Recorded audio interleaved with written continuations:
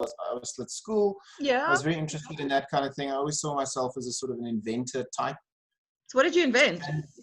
Well, the one that I went to Moscow for the science exposition, and it was for an mobile insulin cooler for diabetics, so that you can carry your insulin around you on long car journeys or in the office without needing to plug it in, without needing to put it in the fridge or anything like that. So it That's was a solid fantastic. state, a Yeah. little solid state cooler. But I was probably too young and stupid. And within 3 years, a New Zealand company had brought that same product out with a very similar patent. The wording on their patent was very similar to mine. So yeah. So what was it, like a So gel after that, pack or something? What was it? no, it was a solid state fridge. It was using piezoelectric crystals, and then it was a solid little metal box that you plugged into your car, and it would keep the thing cool. And that was the start all the way back then. And I've been tinkering and doing all sorts of things since then. And then I think mushrooms sort of piqued my interest at some point because I had a few friends who were growing the illicit variety. Oh, yes. But the problem is The it's very magic difficult. kind. That Fabulous. is indeed. So I thought, well, I don't want to go to jail. So Andrew, keep still. Oh, right. Sorry. Am I swinging around? Yeah, This you is the just, problem it's with a like, swivel chair. Okay. No, so I then went to Woolworths and I bought one of their gourmet packs of mushrooms. you paid for your nose. Yeah, and then I cloned one of the king oyster mushrooms that they had. Yeah. And that was the beginning. How do you clone a mushroom? The way that, so mushrooms are really, really interesting in that the mushroom itself is not the organism that, it's like, let me put it like this way. If you've got a tree and you pick an apple off the tree, you wouldn't call the fruit of the tree. You'd call it the fruit. And a mushroom is actually the fruit of the mycelial network. The organism itself is called a mycelial network. And that's the thing you grow as a mushroom grower. You grow a mycelial network, and then you get the conditions right for the mycelial network to grow fruit. And the fruit is the mushroom body. But interestingly, the mushroom body itself is made of mycelium. It's the same cells as the mycelial network itself. So to clone a mushroom, all you do is, in a very sterile, or as sterile as you can get it, area, you cut a tiny slice of the mushroom, the internal mushroom. So you can tear a king oyster mushroom in half, scrape out a little bit of the tissue from the inside, and then you can grow it on a petri dish, on agar or something. Just like a fungus. Well, it is a fungus. Yeah, it is a fungus. I mean, so it helps. And then the mycelial network will grow, and then you can expand that with lots of effort into straw or wood or something like that, and eventually you'll get mushrooms. And that's how I started. So that was a really, really complex and long process, and it took me about 2 years to get from that to actually being able to grow mushrooms at any scale. So you're very patient. No, I think that I just don't like losing. So the patience is as a result of necessity rather than me being a patient person. I don't think I'm not particularly patient. I'm very impatient with myself, but I think that I just, I don't know. Well, it's less patient than growing plants. Let's put it like that. Like you can get a full mushroom crop from a month, from a month before you start to, 3 or 4 weeks later, you've got mushrooms. Whereas if you're growing, I don't know, apples, that's a really 5 years. Yeah, at least. Yeah. Like if you save the crown of a pineapple and you plant it, you've got 2 years before you even are going to think about seeing a pineapple. So exactly. There's a lot of patience involved there. Yeah. So this is patience, but not. It's sort of for the medium what people with a sort of medium tolerance for. For this kind of thing. And so that's what I did, and I thought, oh, this will be easy because I managed to grow a mushroom. And then, but it's not. It's it gets easy as soon as you try and scale it up. Then it becomes quite a task. At home, it's actually not that difficult, and that's my sort of mission, to be able to get people to grow mushrooms at home and grow the kind of things that you can't get at Woolworths or Pick and Pay or Checkers or whatever. So let's talk about mush now. Yeah. Which is something you say to a dog in the snow. Mush, mush. Okay. Indeed. So how did we go from wanting to just develop a mushroom to actually putting a product on the market? Well, I had a mushroom farm here in Pretoria. We converted my dad, who was my first business partner in this. He saw my one mushroom grow out of my one king oyster that I grew in his wine cellar. I mean, when I say wine cellar, it's not like some walk, it's a little cupboard. But anyway, it grew in there. And then he said, this is a good business. So about 2 years ago, so about a year and a half later, so the beginning of 2018, we started this thing called Mush, the mushroom farm. And we grew oyster mushrooms and sold them to a couple of restaurants. And that was going okay. We were looking at expanding. And then the government decided to destroy the economy. And so, well, I suppose COVID-19 happened. And then the results of that is that the economy stopped. And my suppliers dropped me at the beginning of March, before the official lockdown started. Your clients or your suppliers? I mean, sorry, my clients. Okay. They sort of, and the suppliers of like alcohol and gloves and masks, the kinds of things I need to cultivate, just disappeared off the shelves within a week. And so we were looking at a very serious situation because our product was gone. Like, I mean, the demand was gone. So I had in my mind this idea of selling kits to people for quite a while. And there have been a few attempts in South Africa. There have been a couple of companies who've tried a similar thing, but our kits are different because we grow them on a hardwood substrate.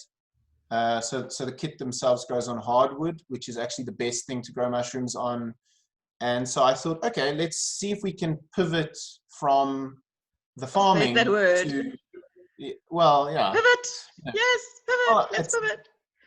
Well, pivot's often interesting. That's a word used by hucksters a lot when they're trying to get financing and they're failing. And then they'll say, "Oh, let's pivot. You mean you failed and you need more money?" But in this case, we had no choice. So I suppose, yeah, it's a bit of a terrible word to use. But anyway. No. It's the buzzword today. It's like we segued from the one to the other. Yes, to the new normal. The new normal. Yeah. So we moved. So I just sort of thought, okay, let's do this. How hard can this be? And it's really, really difficult. But we've got it right mostly now. And now people can grow their own mushrooms in the comfort of their homes. And so what we do is we sell mushrooms by the season. So we do have a warm weather mushroom available, but the rest of the mushrooms on our website are all to be grown in winter. And when summer comes, there'll be a whole new set of mushrooms for summer. So what kind of mushrooms are we talking about? I mean, what are winter mushrooms? Okay, so interestingly enough, most of people think of mushrooms as growing in the dark. And that is probably the myth created because the most famous mushroom that we all know is the button mushroom, which is Agaricus bisporus, which is the most sort of well-known mushroom that we get, or some people call them the Denny's mushroom, you know, that little white thing. Yeah, they're 2 for 50 rand, 2 for 30 rand at the moment. Yeah, and so they are actually grown, they are what's known as secondary decomposers. So they grow off decomposed material, usually manure. So they grow them on horse manure or cow manure. So they're shitty mushrooms, yes. Yeah, indeed, yeah. And so that's where this kind of myth of growing mushrooms in the dark comes from, because those mushrooms are grown in the dark and they're the most widely distributed mushrooms. But the good news is that most mushrooms actually love the light, and they actually quite like the cold, because a lot of the mushrooms that we love as gourmet mushrooms are from China. The mushrooms, China and Japan, a lot of them are native to those parts of the world where they've got like long, wet, rainy winters. So we've got the cold part, we just don't have the rain part, unless you're in Cape Town. But for the rest of the country, there's not a hell of a lot of rain in winter. So we can just give them a misting, and with just cold water and a bag over the mushrooms, they'll grow.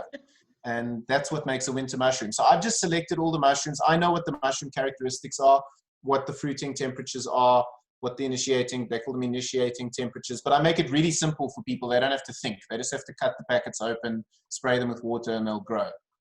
Why is that? What have you done to the mushrooms to make it so easy? So the process of growing mushrooms is actually a 3 to 4 month process, or 2 to 3, depending on the variety. So it can be anything from 3 months to 1 month.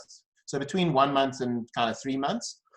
But at the point where I sell them to our end customers, they are already ready. They are ready to fruit. So the mushrooms have already colonized the substrate. So the mycelium eats the substrate and it moves through the block. And then we store them at the right temperature.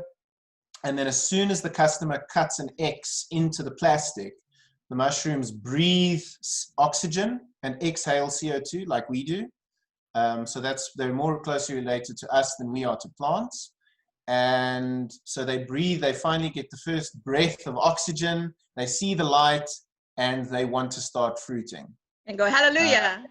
Yes, so it's like with the first rains. That's why you always see mushrooms after the rains, because they're sitting under the ground waiting for the temperature to drop and for the humidity to increase. And as soon as they sense that, they shoot up mushrooms. And so I just give, so that the mushroom kits that we sell are ready to go.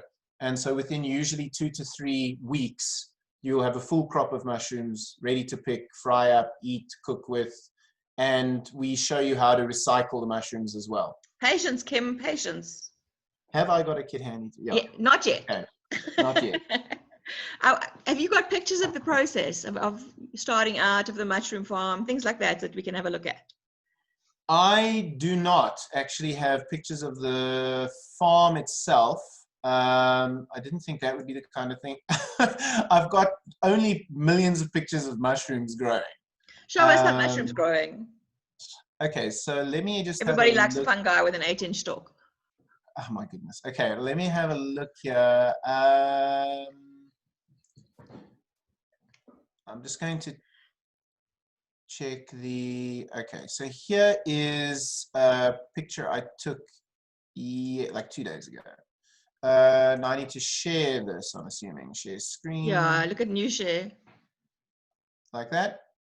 Like that. Okay, so these are Nameko mushrooms, and these were growing. You can see, so I've taken this block. So when you buy our kits, you actually get this block, and this sort of round tube is actually a tube filled with hardwood substrate, something like oak, or we use poplar, anything that's a broad-leafed hardwood. So nothing like pine. You can't use pine. Pine is poisonous to mushrooms. There are some that grow on it. It's got resins that are quite volatile and quite toxic to mycelium. So they don't work so well, but in a pinch you could try, but I wouldn't. So we use these kinds of, and then we grow the mycelial network through it. And then where these mushrooms have come out is just a slit in the packet. It's just like an X cut into the packet. Here's some more photos of them. Let me just actually get into the... Are you a Trekkie by any chance? Not even a little bit. Why? Why I say that is because they run one of those ships. I'm just trying to think which season or which branch of Star Trek it is. They run the ship on a mycelial network. Oh yeah, it's Paul Stamets. They named it after him. Yeah. So they've got that kind of idea that it's a communication network. So here's an image of it actually in the box growing. So these are a different species of mushroom. This is the chestnut mushroom, or it hasn't changed. It hasn't changed. No, you need to put new share. Okay, wait. I just wish I could just open this in an app that does this. Why doesn't it? Okay. Hang on. Is this one of this previous one, Nameko? Is that one of the Japanese mushrooms? Yes, that's one of the most famous. Okay, wait. Hang on. What am I doing? Meeting controls. Sorry, I must now figure out. I'm used to Google's version of this. You are screen sharing. Okay. There we go. New share. Okay. My apologies. Okay, that's the same thing. New share. That one. Share. Okay. So they look quite similar. They're of the same family, but this is a different species. And this one is called Foliota adiposa. And it is probably the prettiest mushroom I've ever seen. I think that this is the nicest looking mushroom. And you can see this is the box that we sell. And so you just tear open this piece of cardboard here, cut an X into it, and then the mushrooms grow out. And what's nice about our kits is you can choose 2 different varieties. So one set grows out of the one end and one set grows out of the other end. So some other mushrooms that we've got, I can show you. Hold on, what do you mean by that? Do you open the box on 2 sides or? Yeah, so let me show you what the box looks like. I'll show you what the box looks like. Sorry, I am a novice at Zoom. It's okay, I can also never get it right. And I'm not a novice anymore. Packaging renders. So this is what the box looks like. New share.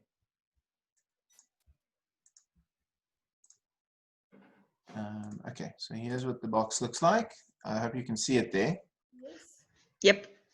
Okay, so in other words, when you get the box, it looks like this. And then on the one side, I don't know if do you see my mouse? Yes.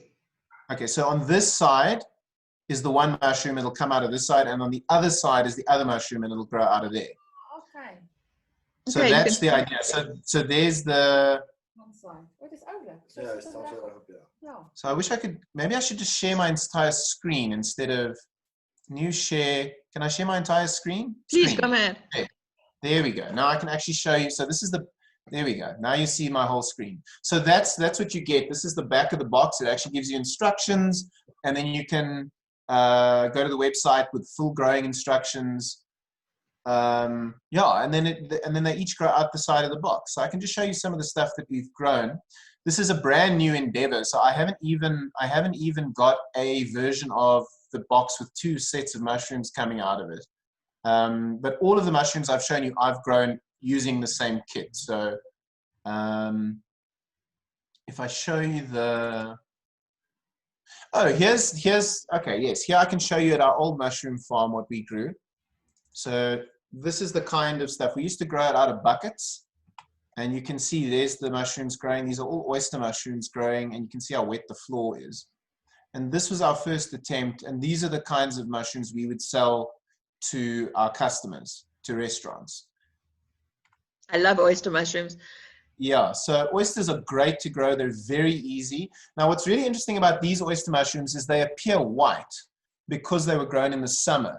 The colder it is, the darker the mushrooms. If you want, I can quickly run to the kitchen and get you a block of mushrooms. Somebody asked if they want to see them growing. I've got one growing next door. I don't know if anybody wants to see them. Go on, do it. Live dangerous. Wait for you. Off for me. So Esty, I'm going to take this opportunity. Are you still in the room? Yeah. I'm going to take this. You are looking at him with love. Are you more than a friend? Why does this? My All order. right, I'm back. This does not need to be discussed. Okay. It does seem Now, that way.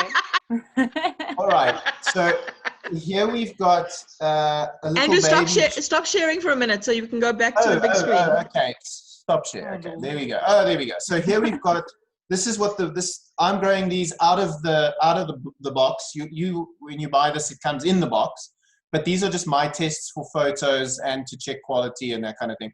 And so here's a little baby oyster mushroom. You can see these are dark gray, almost black. And so these are the same species of mushrooms as the other image I showed you, but they are just grown in the terrible cold front that we're having, and they love it. So they go this nice dark gray color. And so that you get huge variety in what's known as morphology in mushrooms. So that's the shape of the mushroom. When we get to summer, we're going to sell exciting kits called reishi, which is a medicinal mushroom. And how medicinal? I don't know. They say it's good for your brain. I don't know. I need those. Yeah, so it's the Chinese and the Japanese drink them in. They make a tea from it, a medicinal tea, and apparently it's very good for you. I wouldn't know. but I do, you know, I'm not, I wouldn't know how good for you. Maybe it'll make me superhuman. Who knows? What about shimeji and shiitake and stuff like that? Do you grow those? So shimeji and shiitake. Shiitake, we are adding to the website probably this weekend. We've just got stock. So currently we're selling for the winter. We're doing shiitake. We're doing king oyster, which is also known as king trumpet. We're doing the Italian oyster, the golden oyster. Italian being porcini or something else? No, so no.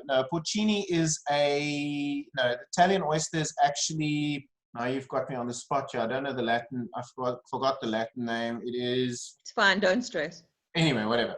It's a similar variety. It's similar to the gray or tree oyster, but it's a different species.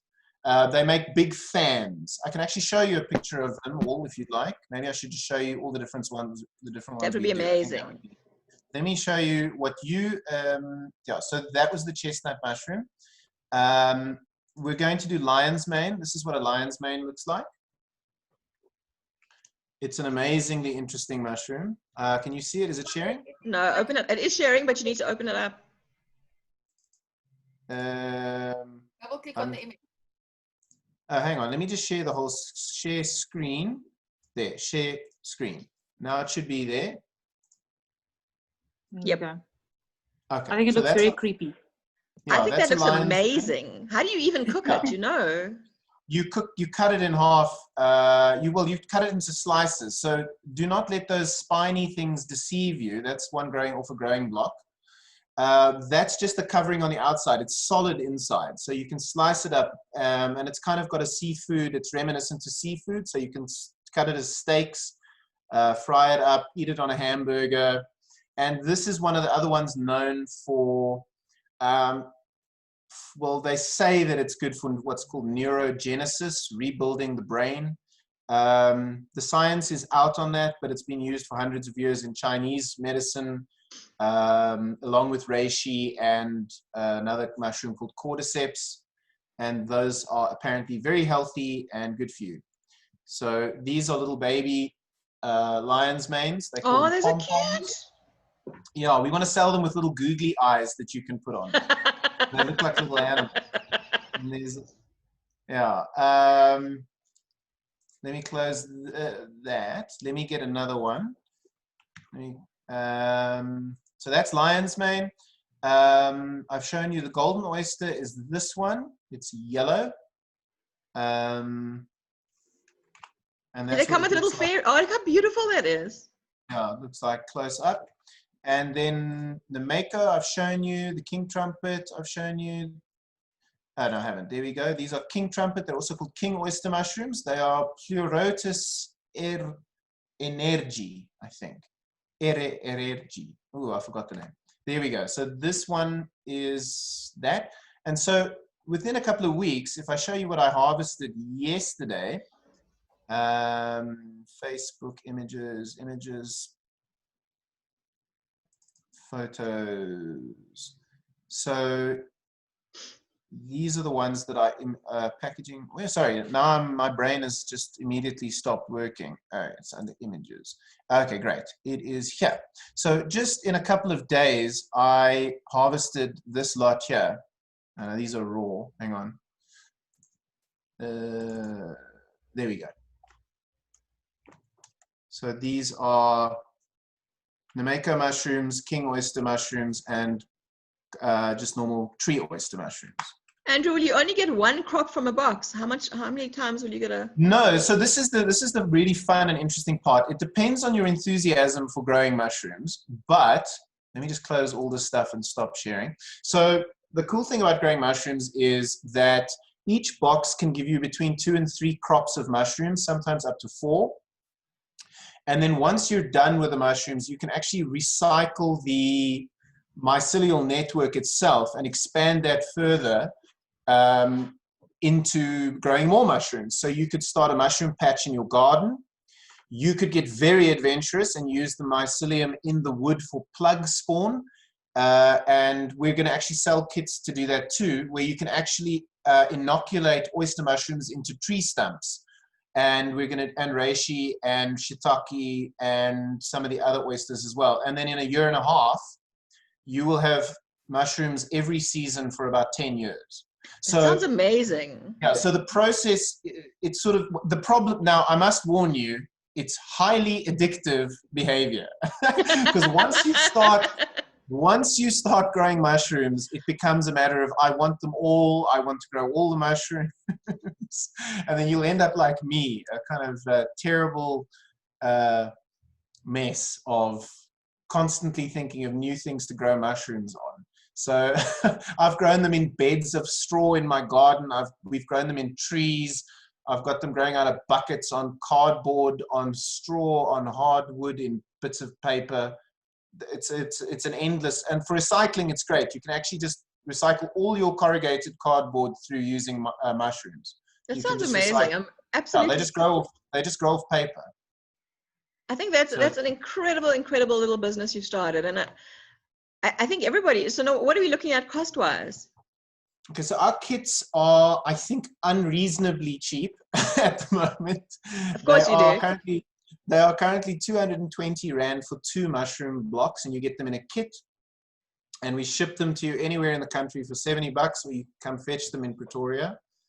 And we are expanding. We've just finished our alpha test, so we are waiting for our new stock. The cold has really slowed down our new colonization of blocks, but in a week or so we're going to have a whole new set of stock. But at the moment we've got shiitake, and we've got golden oyster, and we've got Italian oyster, and you can have any combination of that in a box for 220 Rand. And then we are looking at expanding further for the mushroom logs and patches and all those kinds of things. That's really not a bad price. I mean, if you so that's 300 Rand for 8 crops of mushrooms, basically. Yeah, that's about right. And each block weighs about 1 kilogram, and each one will give you between 300 and 500 grams of mushrooms. But what's great about our kits is that they're mushrooms you can't buy. So you could, on the odd occasion, buy oyster mushrooms, maybe. The problem is that they don't have a great shelf life, so shops don't like to stock them. But you will never find chestnut mushrooms. You're not going to find Namako. You're not going to find lion's mane. You could find shiitake, but just the pleasure of seeing them grow and growing these gourmet mushrooms yourself, I don't know, I just find it's just like magic. And they grow overnight. They double once they come out, they double in size almost every couple of days. It's incredible. I think it's absolutely amazing. I just want to jump in there. As I think another thing that makes it like really interesting is just how like each mushroom has such a different taste. That's what I don't know. I like things that you can collect. So like wines and stuff that have subtle tastes, you know, and that you can kind of compare the taste and stuff. And that's quite interesting as well. And also, you know, eating them raw versus eating them cooked. So, and different kinds of things they pair well with. So it's interesting from that perspective as well. Well, an oyster mushroom is very much like a meat substitute. I mean, particularly for vegetarians, you know, you eat them like a steak. Yeah, I mean, what's interesting about mushrooms is they convert, which I think is like magic, they convert cellulose, wood, into 30% protein, and the rest of it turns into carbon dioxide. Like they just turn, it's amazing.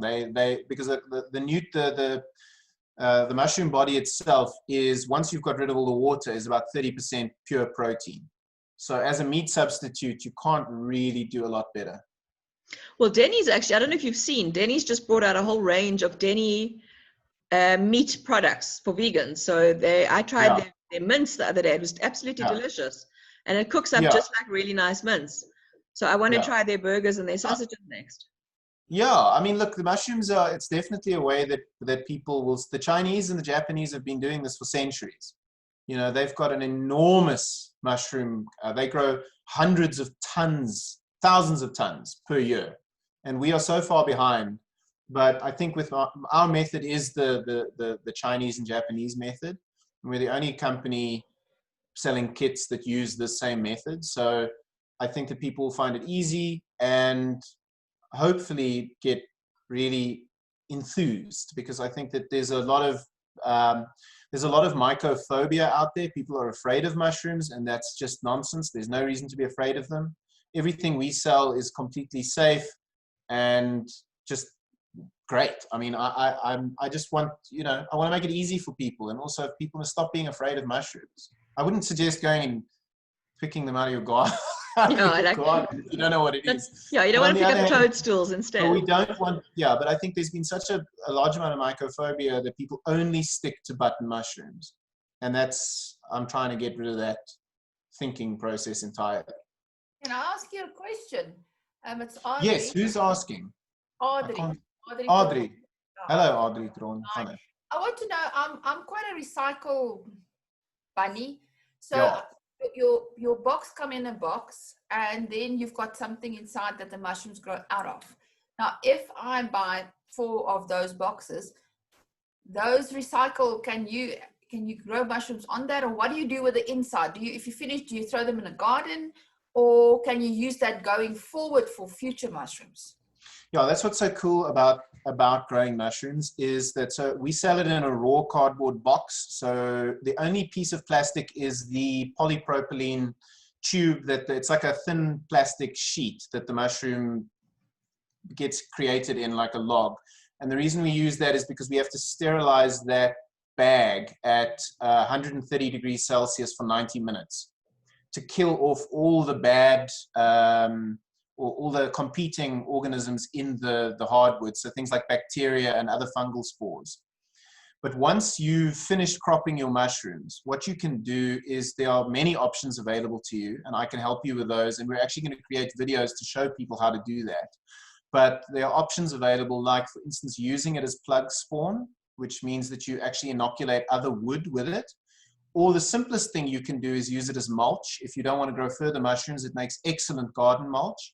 The other thing you could do with it is actually the simplest thing if you want to grow oyster mushrooms again is take pieces of cardboard and then layer the mushrooms, the material, the like wood that the mushroom is grown through. You layer it in between the cardboard sheets in a bucket with holes in the bucket.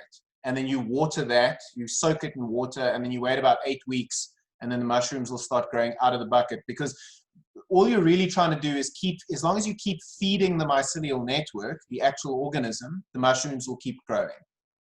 It's a little bit more tricky with other mushrooms like the hardwood-loving mushrooms, like Namako and chestnut mushrooms and lion's mane and shiitake, but all the oyster mushrooms grow this way. They will eat almost any compostable material that you give them, as long as it's not competing with it. So I wouldn't get fresh leaves and things, but anything like cardboard or used coffee, like when you're finished with your coffee in the morning, that kind of stuff, it'll grow on. Yeah, so you can expand these things. As long as you look after it, you can keep going with it almost indefinitely. It's just a little bit of patience. I think what you need to do is maybe, I think lots of people probably on the call is like, you know, hug the earth bunny people.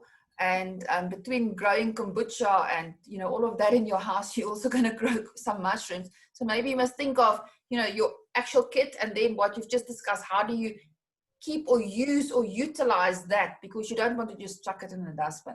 Yeah, so that's what we're gonna start adding extras that you can buy, like an extra fruiting bucket, and we're gonna consider plug spawn, and we're gonna do tree stumps. They call them totems. It's just been really tricky during the lockdown to get, like, our suppliers have just come back online with enough that we can actually get stock now.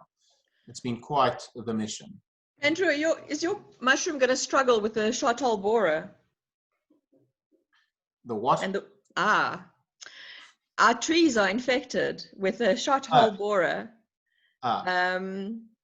So will your mushrooms compete for space, because it's about to decimate about 5 million of Joburg's trees? Which trees does it like? Most. It likes, generally it ignores exotics and eats local indigenous trees. So the Acer secunda, it absolutely loves. That's generally the first tree that they go for. I've lost 2 in my garden already. So the kinds of, what we're going to do is we are going to look to partner up actually with people who clear alien trees. So for instance, the poplar that grows in the Western Cape. There's also a number of people doing, I've got a company that that clears poplar trees and uses it as soil erosion mats in Neisner. And so we will get stumps from them that are sort of insect free. I'm also going to talk to local arborists who are clearing trees that have fallen down, but I'm not really worried about insect damage because we're growing them on dead wood anyway. Okay, so and they would have moved on. Yeah. So we cure the wood first. The arborists have just formed an arborist association. Brand new. They haven't even finalized details yet, or I don't even think have a mission statement yet. But chat to Julian Ortlip of Treeworks. He is one of the, I'll send you his details. He's the guy, Cool. the guy to speak to. We actually spoke to him on Tuesday night, I think it was, about the way our trees are under attack at the moment between developers and people harvesting for illegal firewood and the shot-hole borer. We covered a lot of that on Tuesday evening, and he definitely is the person to speak to with regards to accessing, dead wood and trees and stuff like that. Cool. Wonderful. Yeah. And so he might even, sorry, I was about to say, he might even have some advice for you. Yeah, no, it's always, I mean, the whole idea here is that we're using all our materials are essentially reclaimed. So it's, we use the when they clear these trees, we use the sawdust from that. So it's actually a great business to start. It's nice because we're not using any, the input costs are all essentially recycling costs. We grow on, so I used to grow on straw, and that straw is pretty much, thrown away, or use this animal feed. So it's just great that we can grow it on this, and it doesn't take a lot of space. It's very intensive. What's great about mushrooms, if you want to start your own little grow at home, is that it doesn't take a lot of space because you're growing vertically. You're using all the space. It's not like growing wheat where you kind of only can grow it flat. This you can grow shelves very intensively. You can grow very intensively, which is great, John. So if you purchase one of your items in a normal household, where would you put that box? Like in the kitchen, on the lapa, in the garage? Where's the best place? What's nice is it doesn't really matter where you put it as long as the climate is right. So on the website, we sort of explain what that is, but as long as it's out of direct sunlight and the room isn't it doesn't have a sort of like an air conditioner blowing on it and drying it out. So actually the best place is the kitchen, near the sink, because it's quite humid near the sink and it's quite cold. You typically don't have heaters in the kitchen. And so I suggest, so mine are in the kitchen. I suggest most people grow their mushrooms in the kitchen. And we all have windowsills in our kitchen.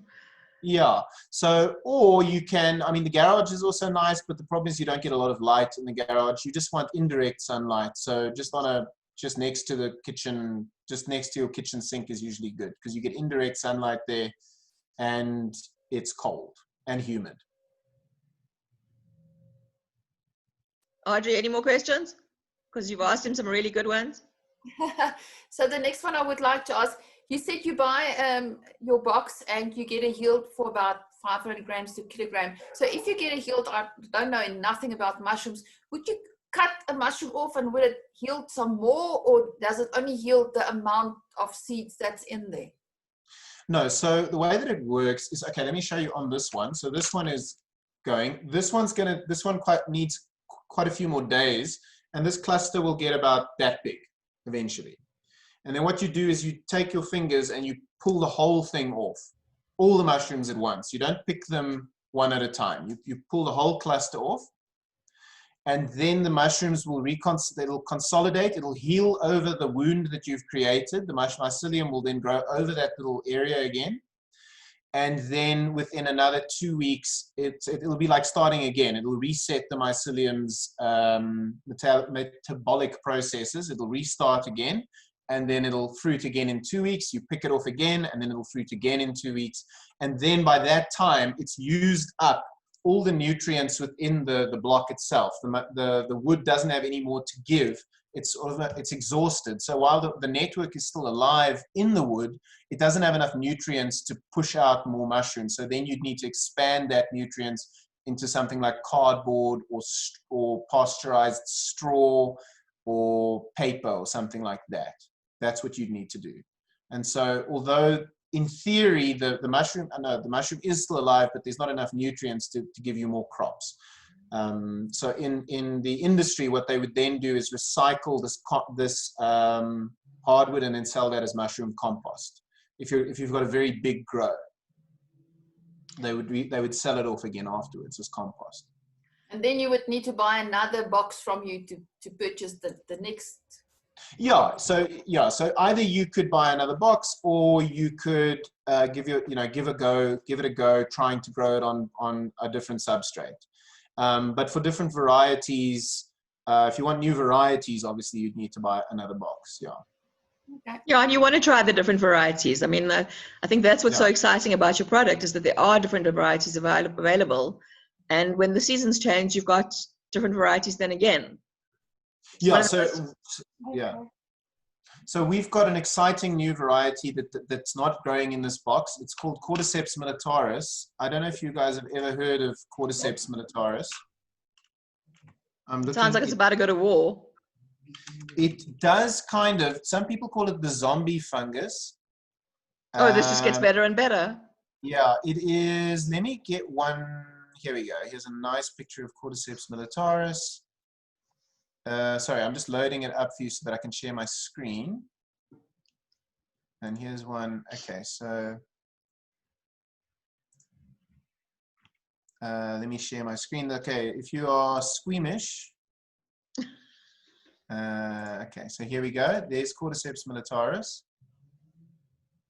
And that's what it looks like. Can you all see that? Yeah.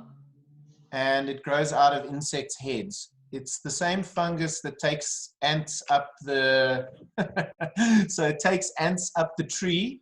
It takes control of its nervous system, takes them up the tree, and then the wind blows the spores across, and then it infects other ants or slugs or bugs. And and interestingly, this is one of the most sought after gourmet mushrooms at the moment. So this is how we grow them. It's grown not on insects. Yeah, it's not grown on insects. We actually grow it on a nutrient broth and rice. And you get it in a little box like this. This is almost exactly how ours comes, in a little container like this. And this is somebody handling it. And you then dry these out and make a medicinal tea. And weirdly enough, the bodybuilders love this stuff. They use it along with their creatine and all sorts of other things. Apparently, it really helps muscle regeneration. It is extremely expensive per kilogram at the moment, like quite a few $1,000 a kilo. So you can grow it yourself. And we've got a guy, our supplier is a partner of mine in Johannesburg. He's one of the first people. We will be the first Cordyceps militaris kit in the country. So I think that's. Can you eat them raw, or do you have to dry them out? I think they're quite not lekker. They're quite bitter. You can. There's nothing wrong with eating them raw, but what we actually encourage is to either make an extraction or a tea, and that'll be on the website soon as well. So that's coming like in this week coming. So we're introducing all these new things, and our basic kit is there. That's our flagship, but we're also going to start introducing newer, weird products like this that you just won't find anywhere. Can you cross mushrooms and make new mushrooms? You can. It's very difficult. It's easier within species. So there have been guys in the magic mushroom community that have crossed what I don't know exactly how they do it, but they sort of split the cell. They remove the cell membrane in the wall, and then the other spore cells are able to actually penetrate that. And I think that the way that they do that is they use cobra venom to dissolve the outer casing of the membrane of the actual cell wall. And that's how they do it. But you couldn't really do it you can't like put two mushrooms next to each other and hope they cross-pollinate. And make baby mushrooms. How exciting. No, that won't work. So clearly creating new mushroom species is not a vegan friendly exercise. Best we tell them that. Yes, I think that's probably 100%. Unless you don't, if you've got an issue with milking cobras, then you'd probably have an issue. That's something that is above my pay grade. I have not even considered doing that. Tace has asked a question, a very good question. Will the ink on the cardboard or the newspaper cause a problem? Probably not. That's a good question. I mean, insofar as package, it's the same. We're using the same printer that prints all the boxes. We're not going to use. We want to avoid like gloss ink. Now, it's a good question. I don't think it's an issue. It's about if you're happy to recycle normal cardboard, then we use the same printers as the guys that do your moving boxes, and those get recycled. So I suppose it's in the same way. Okay, so not a shiny cereal box, really. We're not printing. We're not going to have we were considering it because of the water absorption of the box, but then after our tests, we decided not to, and it's not necessary. So it's not a glass coating of plastic or anything. It's just whatever ink they're using to print on the boxes themselves. And I think that they're using, I'm not sure what the final process will be, because all our boxes are currently still prototype. We haven't bought a die to do a mass run yet. So we've got a prototyping machine that does each box individually, and then they laser print on them at the moment. Okay, hang on. So are you making your own boxes and things as well, or you? No. I've got a supplier that does that, but they've got a special machine that does it. Because usually the way that boxes are manufactured is that you have to have a die made, and the die presses out each box, and that costs about 7,000 Rand just for the die. And so we're at the point now we're using a prototyping machine of their company. Based in Pretoria, address, can I collect? Yes. So when you go on the website, there are options for either delivery or for local collection, and then it sends you the address for the collection in an email. So I'll share that information on the group just now anyway. Yeah. So everything's automated. You don't have to talk to me to order. You just go to the website, click on the button, and we've now thankfully added we've got now 400 payment methods, so you can pay in anything other than Bitcoin at the moment. And Bitcoin's the one. Well, we didn't want to buy the company with one Bitcoin. Can I ask you like a personal question? This has not been a cheap exercise for you. No.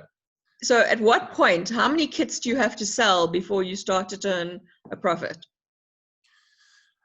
It's a good question. At this point, probably another 50. Okay, that's not bad. Yeah, because we've already, so the mushroom farm is separate from Mush. My father and I, he and I are going to carry on with the mushroom farming, and I'm going to just do the kits. This is my business with two partners that I brought on board. Essentially, it's an IT business, funnily enough, because most of the work and cost has actually gone into designing an IT platform, or getting a platform that can do the mix and matching, so you can pick a mushroom, add another mushroom, and it makes you a kit and sends us the order and all that kind of stuff. That's fantastic. So you can actually choose the mushrooms you want. That's brilliant. I didn't realize that. I thought the kits were already. And then how long can one keep a kit before you actually start to so if I wanted to have the kit and I didn't use it for the first 3 months, would it be too late, or would they be dormant? It's an interesting question. If you kept it in the fridge, you could probably keep it for 2 to 3 months.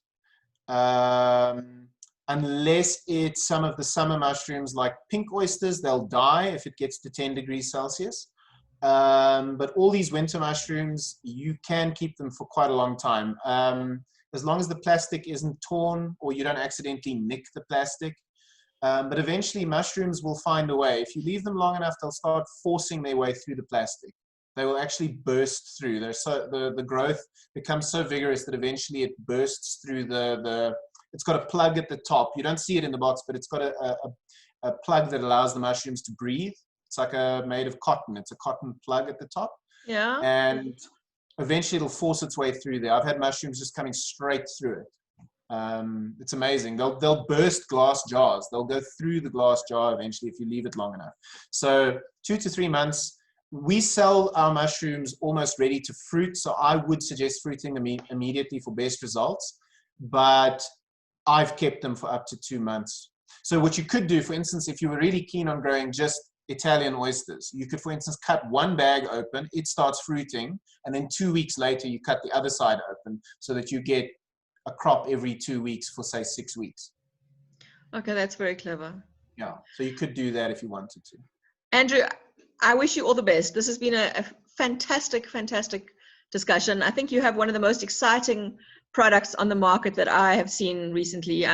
It's fabulous to be able to access a variety of mushrooms that you don't. And I mean, unless you want to go to Chinatown in Joburg or whatever and go and see what they've got, I think it's really, really amazing. And we wish you everything of the best with this business. I hope you become a multi-millionaire on fungus. I think that is just absolutely fair. And you can branch out next to, you know, there's a vegetarian product called corn, which is no longer being imported into this country for some reason. And that's a fungus. So if you want to branch out into food manufacture. Yeah, there's all sorts of things we can do. The only thing I wanted to mention is we've run an alpha test now. So we're just waiting for there is stock on the website.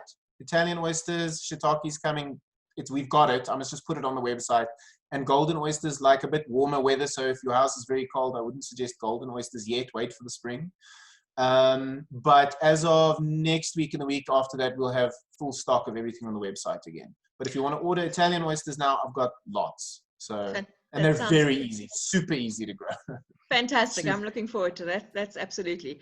Andrew, will you WhatsApp me contact details? And I see Esty has published the website address, but there are 200 other people on the group that I'd like to share that with. So if you'll just WhatsApp me information and I will send it out. And I can't thank you enough. It's been a fabulous discussion. Esty, thank you for your input. Thank you for joining us. And everything of the best, Andrew. I hope you get lots and lots of orders and go from strength to strength. Thank you very much. I really appreciate it. I think you're doing a great thing. I really like this idea. And yeah, if you ever want me back, I'm more than willing. Oh yes, we're going to want you back. We're going to win some other mushroom discussions. Those creepy zombie mushrooms. I want to see when they come alive. Yes, absolutely. How exciting. Everybody have a fabulous evening. Tomorrow's talk is at 10:30. Sunday's talk is at 11. And I hope you'll join us for that as well. Great evening, everybody. Good night. Bye. Cheers.